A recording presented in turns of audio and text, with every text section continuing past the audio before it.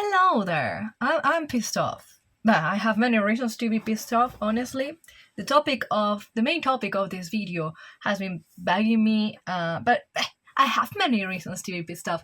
And one of them has happened an hour ago. I was doing a live stream on TikTok like I've been doing lately.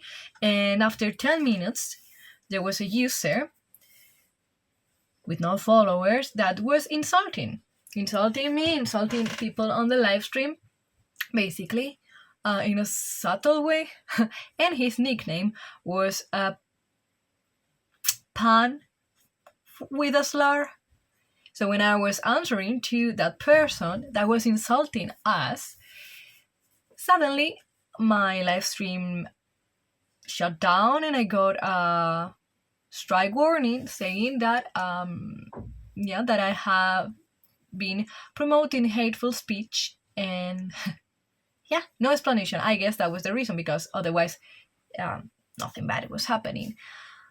I've noticed that there is this type of users. For whatever reason, they come and they try to ruin live streams, whatever. I made a video some time ago about, the unalive and this type of new vocabulary that these social medias are imposing and is distorting how people are talking.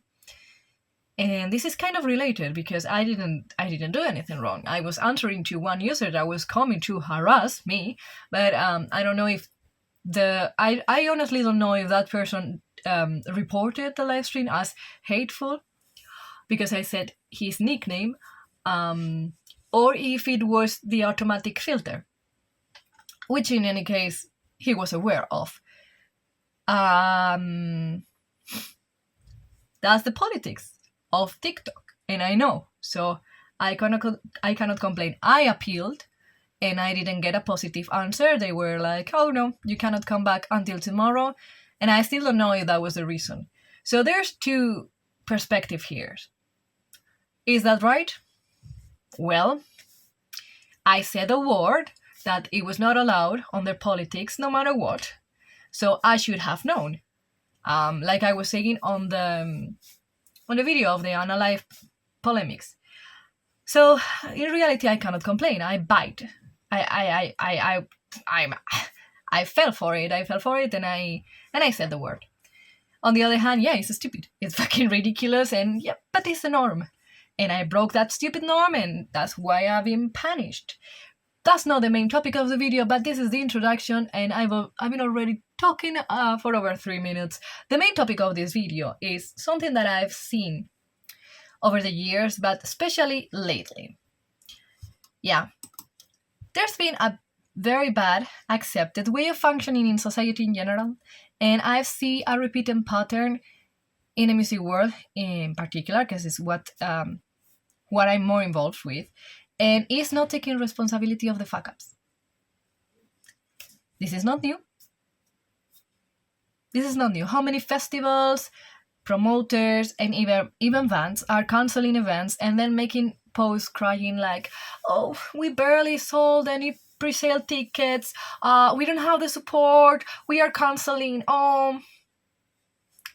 This type of behavior has been increasing crazily since the COVID pandemic, because the COVID brought a huge wave of cancelled events that made sense. It had a real excuse. There was like safety reasons or whatever. Well, it made sense back in the day.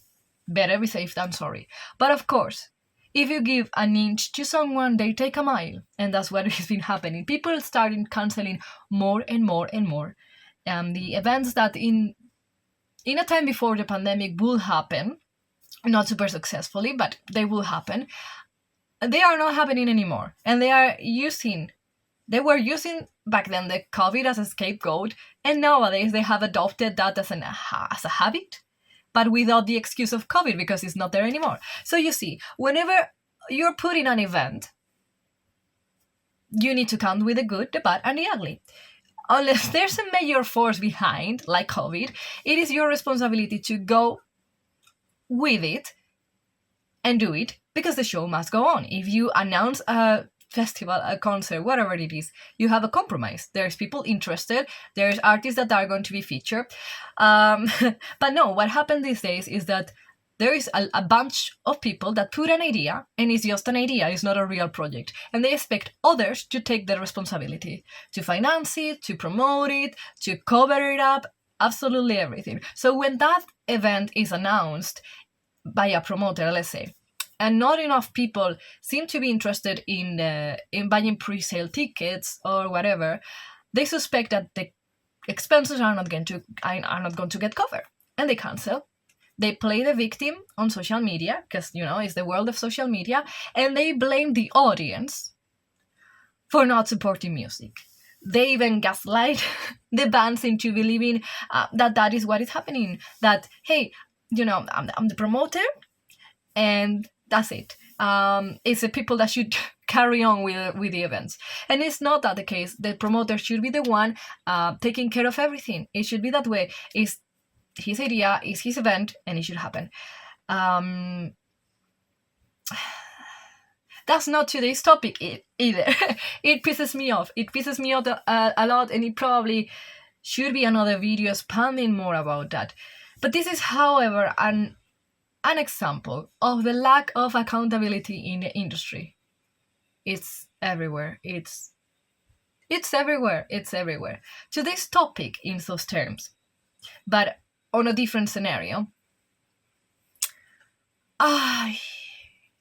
It's a situation that I've been seeing for years happening, but lately, due to the change of politics and blah, blah, blah, which I'm not fully, I get a grasp, but I'm European. I'm not in the United States. I only see from afar. We are gonna be talking about bands trying to sneak in the United States to play and fail. There's no secret. Not everything in the music world is legal. You figure out, yeah, right. There's a lot of cash on their table, lack of contracts, mouth agreements, tricks here and there. It is how it is. And yeah, that's how things go. But one thing that is happening is, at least European bands, most of them dream to go to the United States. It has always been like that. I mean, Saxon changed their sound to be more appealing to the United States. It has been happening. And it's a dream that nowadays it seems almost unreachable. My band, my tiny band, Bronze, surprisingly enough, the biggest percentage of fans is from the United States, which is a surprise because, we play traditional heavy metal, and it's not considered to be a country that really is into that. So it's a very nice surprise. Also a bit bittersweet because, we cannot go there. At least for now, it's an impossible situation. The logical part will be to target that country, the United States, and go there and play for the audience or the potential audience. But we cannot afford it, and there's a reason. No matter how much we want to jump into an airplane and go there and put some gigs, we cannot go to the border and say, hello there, we are Bronze. People from here seem to love us. Nice to meet you. We are gonna play. It's not how it works. There is visas, which is fucking expensive, takes time, and it is a fucking pain in the ass. And most people do not want to deal with that. There's different type of visas, there is the tourist one, which is basically, hello, I come here to visit this beautiful country and have fun. And there is work visa, which means I come here with the intention of making money within this country of yours. And obviously that implies legal situations and procedures. As if you're supposed to make money anywhere, you are supposed to do it legally. Okay, that's how it goes. We know, not everything in this music world is legal, but okay. Getting that visa work is even more tedious than the tourist one, obviously. Here's what happens. I travel a lot regularly with ticket flights around Europe, which includes the cabin suitcase, And every airline, honestly, has different limitations. I usually go with the same airline, but there's different ones. There is Finnair, there is MK, I think it's called, Iberia. There's different ones. Sometimes they allow like 8 kilos, 10 kilos, 12 kilos. It depends. And the size can also vary. But I have my main cabin suitcase. It's very beautiful. I'm going to make a video about the customization. And usually, for the most part, they don't fucking care. They don't care. Sometimes they don't even check your ID. They don't check the cabin suitcase. And if it fits there on the cabin, there you go. The only situation that I've been facing myself is that in some occasion they were like, okay, we don't have more space. Here's your label. We put it on the luggage, but that's it. They didn't check the weight. However, I'm responsible for that suitcase. If the airline finally does a control and it's like, oh, it's actually 8 kilos and you have 10 kilos, well, I have to pay for the excess, or I have to remove a jacket and put it on myself so it doesn't count as a cabin weight. On another example, which I also been doing, okay, it is a situation that I don't do anymore, but I risked my ass when I was going on the train for a while, because money, and I was getting tickets as a student, and it went well for a while. I was saving a bit of money here and there, and honestly, I did not harm anyone. The train company is not going to be like, oh my god, we are bankrupt because this girl was going with a student ticket. So no real remorse on that. But it happens. Sometimes you get into a control, and if you're chicken, honestly, many trains do not even check the tickets, and you can go for free. But okay, what happened? I was going on the student ticket for a while, and there was a random control. So I showed my ticket. The woman was very nice, checking that everything was, like it should be. And I had my passport. She wanted to check my passport because I was not from the country. And I had it on my suitcase. So I was like, okay, maybe if I elongate this one, I can get out of this. I was trying, I found my passport and I gave up. I gave up my passport. And she was like, where do you study? And it was like, I ended up having a fine. It was very expensive. Okay, it was 180 euros. And that didn't cover, honestly, the amount of money that I was saving in other tickets. But I did not protest because it was my fault. Because I got onto the train with a ticket that it was not supposed to be for me. So it was my fucking fault. And I paid. And that's it. No, that's it. Anyway, no chance to protest. No chance to play the victim. I made that decision myself. It was my mistake. And I had to pay for it. I was not caught for many troubles, but it happened. It happened on that occasion. Well, it's been happening on the latest days. This situation, as I was saying, has been happening over and over for several years. But now, there is a ban that tried to get into the United States recently, a ban from Spain, that I'm not going to mention the name, but I will put some newspapers and reports of news. That they were announcing a tour on the United States, like 4 or 5 gigs, I don't know. They are a very small band. I don't know. I don't know if anyone is interested in them within Spain. I doubt in the United States, but okay. But I've seen the situation happening. They were announcing the tour and everyone was like, wow, you're going to the United States, to another continent. They arrived and they had a tourist visa, of course. There's different scenarios. Like with my suitcase and the train tickets. You can go and no problem, they overlooked, they missed it, and you can go to the country and you can go around and you play your concerts and you go back. The situation could be that some members get it and some members are retained.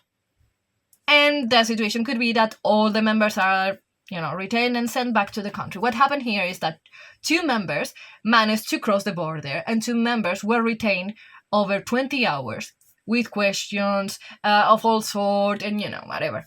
And no explanation until the end. At the end, they were like, hey, you're actually trying to get with a tourist visa and this is not appropriate because you are going to work. I've seen this type of episode happening over and over and over and over, with pitiful posts on social media crying like, oh my god, we've been denied the entry to the country. But they omit the part of, hey, we actually were doing the wrong type of paperwork. It may sound stupid, but we were doing it.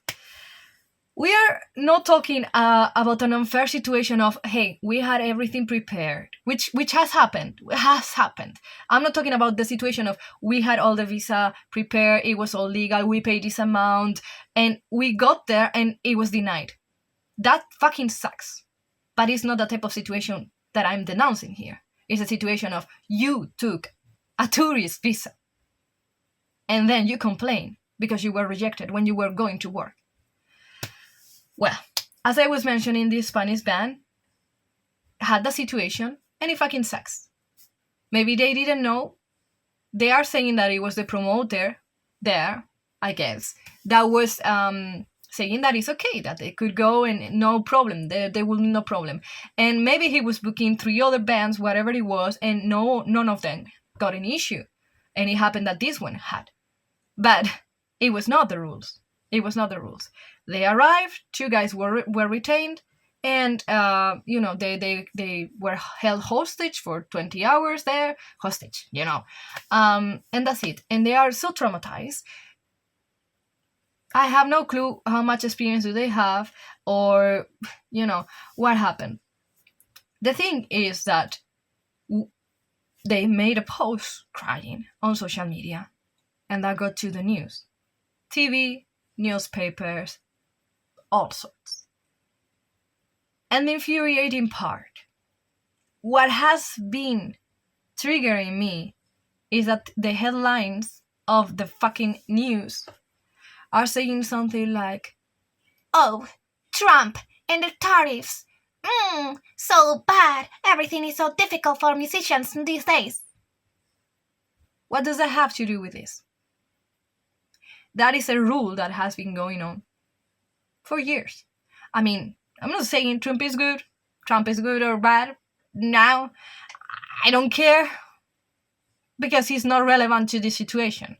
That is a different topic.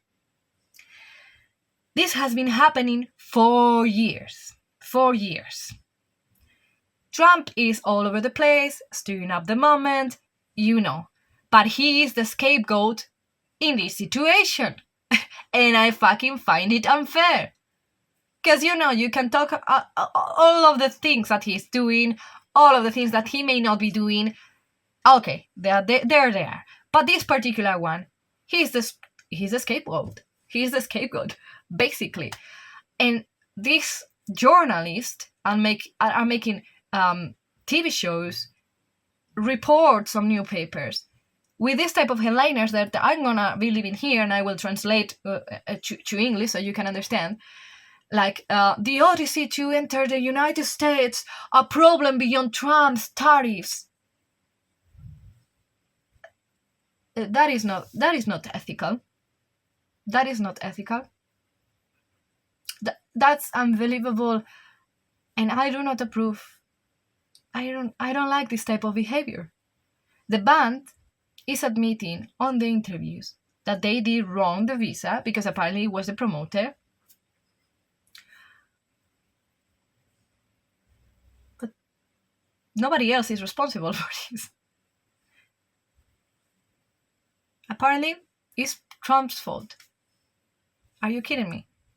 Guys, own your fucking mistakes. Do things right. Or do not complain afterwards. Or at least learn from the situation and try to do better next time. But do not blame someone else. And that's another problem of the music industry. Here we go. Also, I will be back tomorrow on TikTok.